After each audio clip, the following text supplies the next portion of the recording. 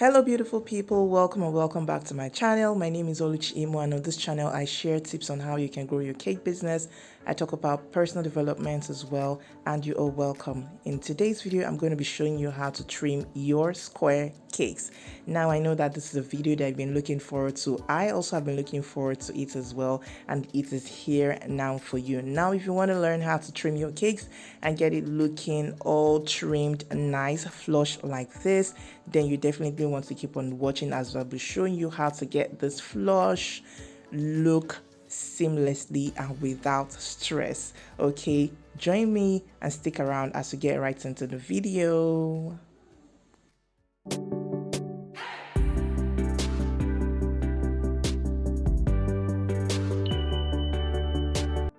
You're welcome back. Now in this video I'm going to be using 6 layers of rich fruit cakes which I've already baked. I will be showing you how I feel them. Now I'm aware that there are people who just go ahead to just layer their cakes and go ahead to trim and cover, but like I mentioned in the part 2 of my wedding cake tips video, I mentioned that I use buttercream in between to fill. So it's okay if you don't use anything in between. It's okay if you use jam, whatever rocks your boat, whatever is fine for you, whatever works for you. Please feel free to go ahead and use. Now I am almost done with the filling, after which I would go right into the trimming. So this is a size 10 cake and it is 9 inches tall in height. This is it.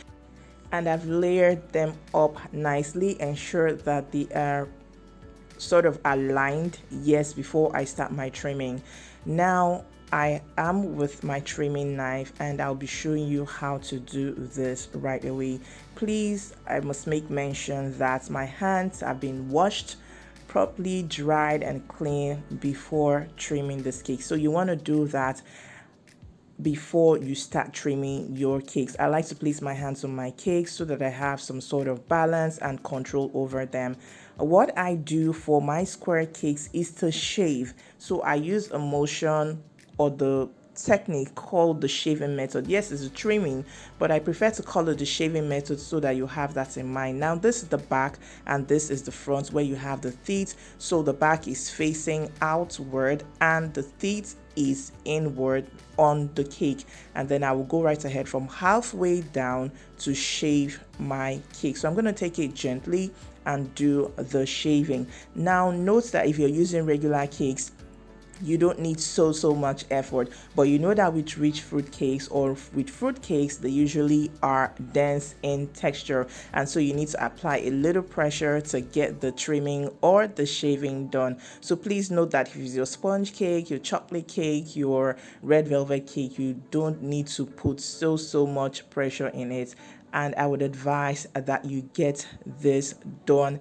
carefully. Please exercise some care and caution, because if you are not careful with it, you're going to damage your cake, and to remedy such situations is not usually easy. So let's go ahead with the shaving. I'll shave one side and then move to the other side until I am done with all the sides, and then I'll be right back.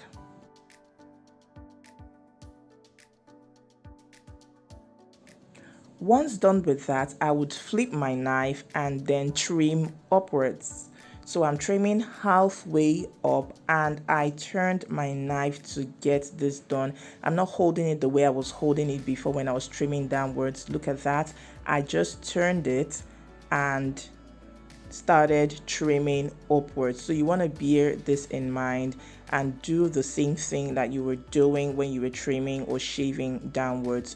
I place my hand at the edge so that it doesn't break off. Now, one challenge with using rich fruit cakes or trimming rich fruit cakes is that you would have your raisins in your way, breaking your cakes, falling apart, popping out, and making a mess of your trimming. But you have to know how to manage this situation as a professional, and not to worry. At the end of the day, I'm going to fill up those holes before I get right into decorating my cake.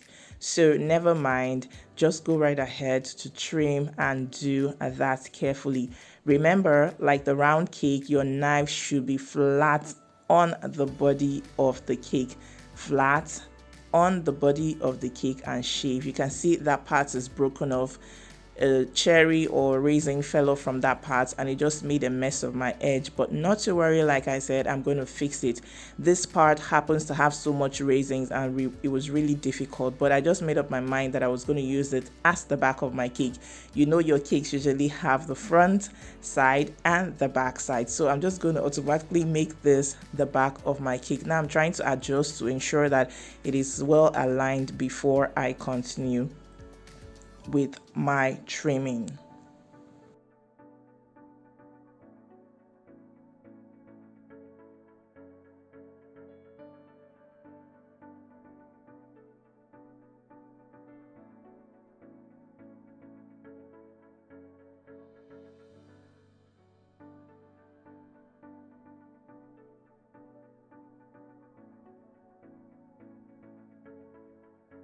Please keep an eye on your cake, the corners, the edges, the layers, to be sure that you're actually trimming right, because you might feel you're doing it right, but at the end of the day, you're not getting it right. So please keep your eye on it and ensure that everything is going on well with the trimming. Gently trim side by side and be patient. In all, this process took me like an hour plus. So you have to be super patient in getting this done. I don't trim this way. I do it for my round cakes, but not for my square cakes. Okay, now the next stage is to flip your cake and repeat the same process. This cake weighed quite a ton. It was heavy, and so I had to do it off camera. I couldn't do it alone, so I got my staff to help me trim. If you look at it from your end, you will see that we are already achieving our results of a neatly trimmed cake flush.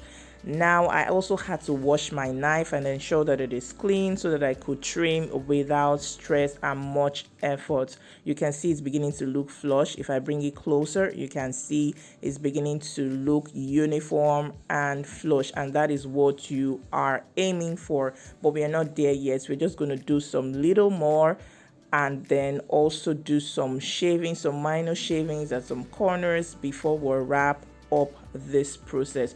So you can just get some music playing or get something that will make the process easy in the background while you trim. And do not forget your edges. Protect your edges. Put your hand there as a support. You can also use a smoother or whatever will work fine for you to get this done. Let me talk about my trimming knife. I've had this knife for 5 years now. Yes, I think, if I'm not mistaken. So it's not as sharp as it used to be. So if you're using a newly bought trimming knife, know that it is going to be pretty sharp and you want to be careful so you don't cut off more than is necessary for your cake. I've had mine, like I said, for a while, and so it's not as sharp as it used to be in the beginning, but it still serves me well. It still does the job. So that's why I'm using it. And then you see I'm looking at the cake, shaving upwards, trying to get this done. Lest I forget, my mentorship class starts tomorrow by God's grace. I have this mentorship program, which is in its 5th and final edition, which I do April of each year. I mentor young bakers in the industry alongside older A-list bakers who I invite as guest speakers every week on a particular day to teach us. So if you'll be interested, it's open for you, but I'll be closing up today as we'll be starting tomorrow by God's grace. You can send me a mail, check my community post. So check me out on Instagram to get details on how you can sign up or how you can apply for this.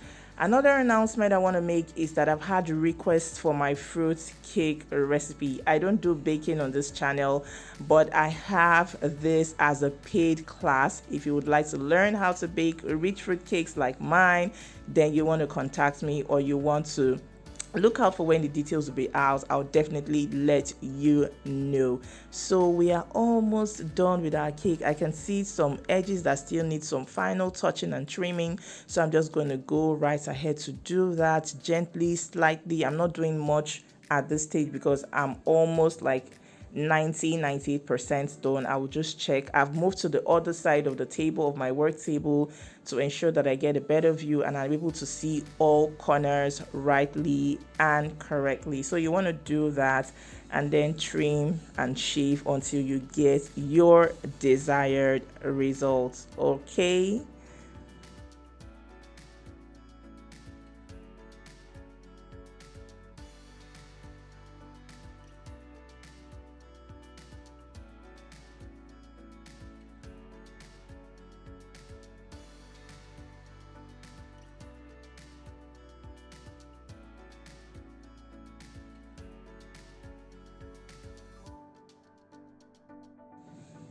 How is it looking now, beautiful people? How is it looking now? Looking nice, right? Looking flush, looking cute, looking neatly trimmed. So I'm just going to work on the edges. That part looks down. So what I'm going to do right now is to fill it with some cake crumbs. I'm just going to put in some cake crumbs to ensure that it sits right and it sits straight. So you can do that, fill.